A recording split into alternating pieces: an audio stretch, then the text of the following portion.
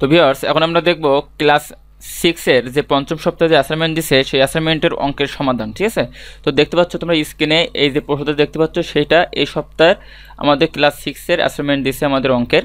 সেই এই অ্যাসাইনমেন্টের আমরা উত্তরটা এখন আমরা দেখব। ঠিক আছে, তো আমরা এই প্রশ্নে আমরা সময় নষ্ট করব না, আমরা সরাসরি এখন উত্তরে চলে যাব। ঠিক আছে, এই যে প্রশ্ন আছে পঞ্চম সপ্তাহে ক্লাস 6-এর যে অঙ্কের অ্যাসাইনমেন্ট, সেটার উত্তর আমরা এখন দেখব। ঠিক আছে, তো চলো আমরা সরাসরি এই প্রশ্নের উত্তরে চলে যাই। এখানে দেখতেছে 4টা আমাদের প্রশ্ন দিছে, 4টা প্রশ্ন, সেই 4টা প্রশ্ন আমরা উত্তরে চলে যাই। চলো তাহলে। আচ্ছা, তো দেখো 1 নম্বর প্রশ্ন যেটা দিছে, 1 নম্বর প্রশ্নের যে ক দাগটা, তার উত্তরটা হলো 25 টাকা 75 টাকার শতকরা কত। তাহলে 25/75 গুণ 100%, অর্থাৎ 3 25 75, অর্থাৎ ওপরে 100 হবে, নিচে হলো 3 হবে, এত পার্সেন্ট। অর্থাৎ এটা যদি আরও ভেঙে লেখা হয় তাহলে 3 ইন্টু 1/3%। তো এইটা হবে তোমাদের হলো ক দাগ। অর্থাৎ ক্লাস 6-এর যে 4টা সৃজনশীল প্রশ্ন দিছে, তার প্রথম সৃজনশীলের যে ক দাগটা সেটা হবে এইটা। ঠিক আছে, এটা সম্পূর্ণ হবাও তোমরা খাতায় তুলে নিবে। ঠিক আছে, তো আমরা এখন 2 নম্বর সৃজনশীলের 1 নম্বর প্রশ্নের 2 নম্বর খ দাগটা দেখবো। এখন খ দাগে দেওয়া আছে মোট আম 250টি, পচে গেল 25টি, অর্থাৎ ভালো আছে এখনো 250 - 25, অর্থাৎ 25টি, 225টি। অর্থাৎ 250টি আমের মধ্যে ভালো আছে 225টি, অর্থাৎ একটি আমের মধ্যে ভালো আছে 225/250টি, অর্থাৎ 100টি আমের মধ্যে ভালো আছে 225 গুণ 100/250টি, অর্থাৎ 90টি শতকরা। সুতরাং শতকরা আম ভালো আছে 90টি। অর্থাৎ এখান থেকে শুরু করে এইটা হবে তোমাদের 1 নম্বর যে সৃজনশীল আছে তার ক্ষয়ের উত্তর। তোমরা ভালোভাবে একদম হুবাহু এটা তোমরা খাতায় তুলে নেবে। ঠিক আছে, অ্যাসাইনমেন্টের খাতায়। এখন 1 নম্বর প্রশ্নের গয়ের উত্তর আমরা এখন দেখব। দেওয়া আছে গ নম্বরে একটি আমের ক্রয় মূল্য 30 টাকা, 250টি আমের ক্রয় মূল্য 30 গুণ 250 টাকা, অর্থাৎ 7500 টাকা, অর্থাৎ 7500 টাকা। ক্রয় মূল্য 100 টাকা হলে 10% লাভে বিক্রয় মূল্য হয় 7500 যোগ 75-এর 10% টাকা, অর্থাৎ 75 প্লাস 10 গুণ 75/100 টাকা, অর্থাৎ 7500 প্লাস 750 টাকা, অর্থাৎ সব মিলে 75 সাথে যদি 750 যোগ করি তাহলে হয় 8200, অর্থাৎ 8250 টাকা। অর্থাৎ এইটা হবে 1 নম্বর প্রশ্নের, ভালো করে দেখো, এইটা হবে 1 নম্বর প্রশ্নের গয়ের উত্তর। ঠিক আছে, এটা তোমরা খাতায় হুবহু তুলে নিবে। ঠিক আছে, তো আমরা দেখবো এখন, অর্থাৎ গ এখনো শেষ হয় না। ঠিক আছে, এখনো গ কিন্তু এখনো শেষ হয় না, এখনো এরপরেও গ এখন আছে। আমরা গ নিচে দেখি, যেহেতু 225টি আম ভালো আছে, যেটা আমরা খ থেকে পাইছি, সুতরাং 225টি আমের ক্রয় মূল্য হবে 8250 টাকা, অর্থাৎ 8250 টাকা। অর্থাৎ একটি আমের ক্রয় মূল্য 8250, অর্থাৎ 8250 ভাগ 225 টাকা, অর্থাৎ 36.66 টাকা প্রায়। সুতরাং প্রতিটি আমের 36.66 টাকা বিক্রয় করলে মোটের উপর 10% লাভ হবে। তো এখান থেকে প্রথমে তোমরা এইটুকু লিখবা, গদাগের প্রথম 1 নম্বর প্রশ্নের প্রথম গদাগে এইটুকু লিখবা, তারপরে তোমরা নিচে নেমে এইটুকু লিখবা। ঠিক আছে, এইটুকু তোমরা তারপরে লিখবা, তারপরে তোমরা উত্তরে লেখার সময় এইটুকু লিখবা। সুতরাং প্রতিটি আমের 36.66 টাকা বিক্রয় করলে মোটের উপর লাভ হবে 10% লাভ হবে। ঠিক আছে, এইটা হলো 1 নম্বর প্রশ্নের গয়ের উত্তর। এখন আমরা চলে যাব 2 নং প্রশ্নের কয়ের উত্তরে। দেওয়া আছে -15 এবং 6, অর্থাৎ -15 লেস দ্যান 6। ঠিক আছে, লেস দ্যান 6, আবার 6 + 5 এবং 11, অর্থাৎ 6 + 5 = 11, মানে 6/5 যোগ করলে তো 11 হয়, তাই না? তাহলে 6/5 + 5 = 11, অর্থাৎ এটা হলো তোমাদের উত্তর হলো 2 নম্বর প্রশ্নের কয়ের উত্তর। এখান থেকে এইটুকু হলো 2 নম্বর প্রশ্নের কয়ের উত্তর। এটা তোমরা সরাসরি খাতা তুলে নিবে। ঠিক আছে, তো এখন দেখবো 2 নম্বর প্রশ্নের ক্ষয়ের উত্তর কি। -15 ব্র্যাকেট শুরু -15 প্লাস ব্র্যাকেট শুরু -11 ব্র্যাকেট শেষ +6। তাহলে মাইনাসে মাইনাসে দুটো আমরা গুণ করলে কী পাবো? +15 পাবো। অর্থাৎ এগুলো প্লাস লেখার দরকার নাই, খালি 15। মাইনাস প্লাসে মাইনাসে কী হবে? মাইনাস হবে, -11 + 6। অর্থাৎ এখন যদি আমরা দেখি 15 আর 6, এই 15 আগে যোগ আর এই 15 6 আগে যোগ, তাহলে 15 আর 6 কত? 21, -11, তাহলে কত আসে? 10। অর্থাৎ এইটা হবে 2 নম্বর প্রশ্নের ক্ষয়ের উত্তর। এইটুকু তোমরা লিখে নিবা। ঠিক আছে, হুবাহু খাতায় তোমরা লিখে নিবা। এখন যদি দেখি 2 নম্বর প্রশ্নের গয়ের উত্তর একটা সংখ্যা লেখ দেওয়া আছে, হুবাহু তোমরা এটা তোমাদের খাতায় একদম সম্পূর্ণ এটা তুলে ধরবা। একটা রেখা আঁকবা, এই দিক থেকে শুরু করে এই দিকে একটা রেখা আঁকা, দেখেছো? এটা রেখা আঁকা। এই রেখার ভিতরে দুই পাশে দেখো 2টা তীর দেওয়া, এসে টিকিনার তীর দেওয়া। 1টা 2টা 3টা 4টা 5টা 6টা 7টা 8টা 9টা 10টা 11টা 12টা 13টা 14টা 15টা 16টা মোট এখানে দাগ দেওয়া আছে। তারপরে এদিক থেকে হলো -15 প্রত্যেকটা, এদিকে -15 -14 -13 -12 -11 এইভাবে দিতে দিতে দিতে দিতে -1 তারপরে 0।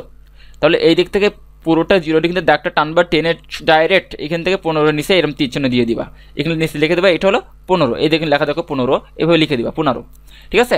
তো তারপরে এখান থেকে দেখো 15 থেকে দাগ তুলবা এইভাবে, এখন দাগ তোলার পরে এইভাবে দাগ তুলে তোমরা এইভাবে একটা দাগ তুলবা, এরকম দাগ তোলার পরে এখান থেকে যে দেওয়া আছে এইভাবে তোমরা এদিকে দিবা, দেওয়ার পরে এদিক থেকে আবার এরকম করে -9 দিবা, এরকম দাগ দিয়ে দিবা, ঠিক আছে। দেওয়ার পরে -9 থেকে -15, তাহলে এখানে আসে কত -6, ঠিক আছে, -6 আসে। এখন এইভাবে এখন প্রথম সংখ্যাগুলো এবার নিচে এখন লিখবা। প্রথম সংখ্যাগুলোকে 0 বিন্দু হতে বামে 15 ধাপ অতিক্রম করে -15 বিন্দুতে পৌঁছালে দাঁড়ি, অতএব -15 বিন্দু থেকে ডান দিকে 6 ধাপ অতিক্রম করে -9 বিন্দুতে পৌঁছালে, সুতরাং -15 এবং 6 এর যোগফল হবে, অর্থাৎ -15 এবং 6 এর যোগফল হবে -15 + 6 অর্থাৎ -9, ঠিক আছে। 9 × 6 15 -9, এটা হবে তোমাদের গয়ের প্রথম অংশ, এটা তোমরা এইভাবে হুবহু লিখে দিবা, ঠিক আছে, হুবহু এটাও লিখে দিবা। তারপরে নিচে যেটুকু লিখবা সেটা আর একটা লেখচিত্র, সেটা হলো 0 এই পাশে দিবা, এখানে 0 দেওয়া দেখো, 0 এই পাশে দিয়ে তো এদিকতে +1 +2 +3 +4 একদম শুরু করে 11 পর্যন্ত যাবা। যাওয়ার পরে তোমাদের দেখো 11 পর্যন্ত যাওয়ার পরে এখান থেকে 0 থেকে উপরের দিকে ডাক টানবে, এইভাবে ডাক টানাই দেখো উপরে যাওয়ার পরে এই দিকতে এদিকে দিবা, দেখো এইভাবে ডাক টানা, তারপরে দেখো এদিক থেকে এই নিচের দিকে এইভাবে দেওয়া, ঠিক আছে, এইভাবে নিচের দিকে দেওয়া। তারপরে এখান থেকে আবার এদিকে নিচের দিকে এইভাবে দাগ দেওয়া, দেখো, তারপর নিচের দিকে এইভাবে দেখো আবার দাগ দেওয়া এখান থেকে, তারপর এখান থেকে আবার দেখো এখান থেকে এইদিকে দাগ দেওয়া, দেখিছো, তারপর এখান থেকে এর সাথে মিলাই দেওয়া, পাশের এখান থেকে এর সাথে মিলাই দেওয়া। তো একদম সেম যেভাবে আছে এগুলো প্লাস, ঠিক আছে, এগুলো সব প্লাস, এগুলো +1 +2 এইভাবে তোমরা 11 পর্যন্ত লিখে দিবা। তারপর এইভাবে যেভাবে দাগটা না আছে তীর দিয়ে একদম 6 11 এবার সব এভাবে লিখবা। তোমার নিচে লিখবা কি, প্রথমে সংখ্যাগুলোকে 0 বিন্দু হতে ডানে 11 ধাপ অতিক্রম করে +11 বিন্দুতে পৌঁছায়, দাঁড়িয়ে তারপর 11 বিন্দু থেকে বাম দিকে 6 ধাপ অতিক্রম করে +5 বিন্দুতে পৌঁছায়, দাঁড়িয়ে, সুতরাং 11 ও 6 এর বিয়োগফল হবে 11 - 6 অর্থাৎ +5। এটা হবে তোমাদের গয়, অর্থাৎ 1-2 নম্বর প্রশ্নের গয়ের 2টা পার্ট, এই একটা পার্ট এবং তোমরা দেখতে পাচ্ছ এই একটা পার্ট, এই 2টা পার্ট তোমরা হুবহু তোমাদের খাতায় লিখে নিবে, ঠিক আছে। তো আমরা এখন যাব প্রশ্ন নম্বর 3, যেটা সৃজনশীল আছে তার কয়ে। তাহলে কয়ে দেখি আমরা, x এর 7 গুণ অর্থাৎ 7x, y এর 3 অর্থাৎ 3x, অর্থাৎ x এর 7 গুণ থেকে y এর 3 গুণ বিয়োগ করলে কি পাওয়া যাবে, 7x - 3x। এটা হলো 3 নম্বর প্রশ্ন যেটা আছে তার কয়ের উত্তর। তো এইভাবে তোমরা এটা সম্পূর্ণ খাতা তুলে নিবে। এখন ক্ষয়ের উত্তর কি, a ও b এর গুণফল ab, c এর 8 গুণ অর্থাৎ 8c, a ও b এর গুণফলের c এর 8 গুণ যোগ, অর্থাৎ এবি এর হলো এবি আর এর সি এর, এটা সব মিলে কী করবো না, যোগ করবো। তাহলে এখান থেকে শুরু করে সম্পূর্ণ দেওয়া আছে, দেখো এখান থেকে তোমরা খোয়া শুরু করে এই পর্যন্ত এদিকে লিখে নিবে। যোগফল কী হবে, এ ও বি এর যোগফলের সাথে 8 যোগ করলে কী হবে, এবি + 8c। এটা হলো তোমাদের 3 নম্বর প্রশ্নের ক্ষয়ের উত্তর।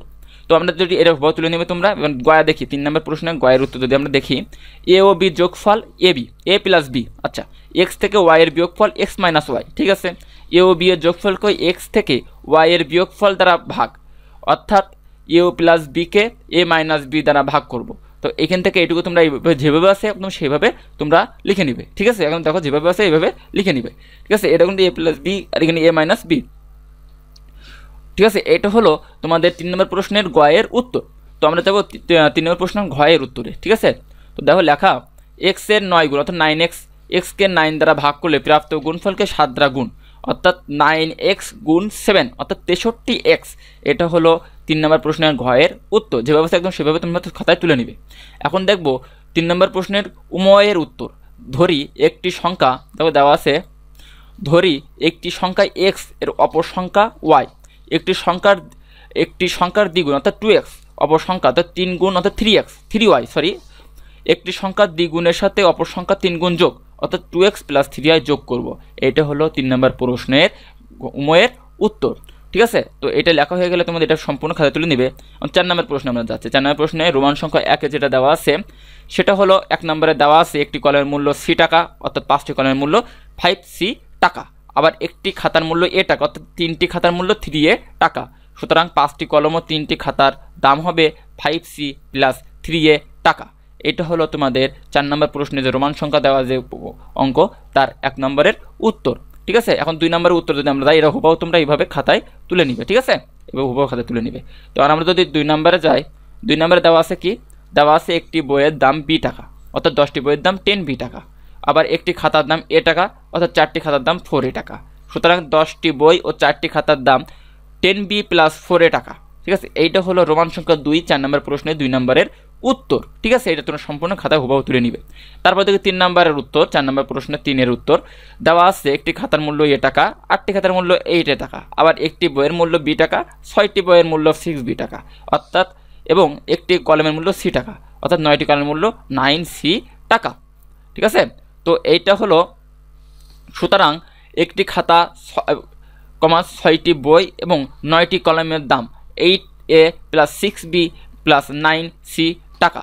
এটা হলো তোমাদের 4 নম্বর প্রশ্নে যে রোমান সংখ্যা দেওয়া আছে তার উত্তর। ঠিক আছে, তোমরা প্রথমে এইগুলো লিখবা, এইটুকু লিখবা। ঠিক আছে, প্রথম তোমরা এইটুকু লেখার পরে তারপরে নিচে আসবা, নিচে এসে তোমরা এইটুকু লিখে অঙ্কটা শেষ করে দিবা। ঠিক আছে, তো এইটা ছিল আজকের তোমাদের ক্লাস 6-এর যে 5ম সপ্তাহের অ্যাসাইনমেন্ট দিয়েছে, সেই অ্যাসাইনমেন্টের সম্পূর্ণ উত্তর। যদি ভিডিওটা ভালো লাগে তাহলে ভিডিওটা শেয়ার করবে, লাইক করবে, কমেন্ট করবে এবং আমার চ্যানেলটা সাবস্ক্রাইব করতে ভুলবে না। দেখা হবে অন্য কোনো নতুন ভিডিওতে। ধন্যবাদ সবাইকে।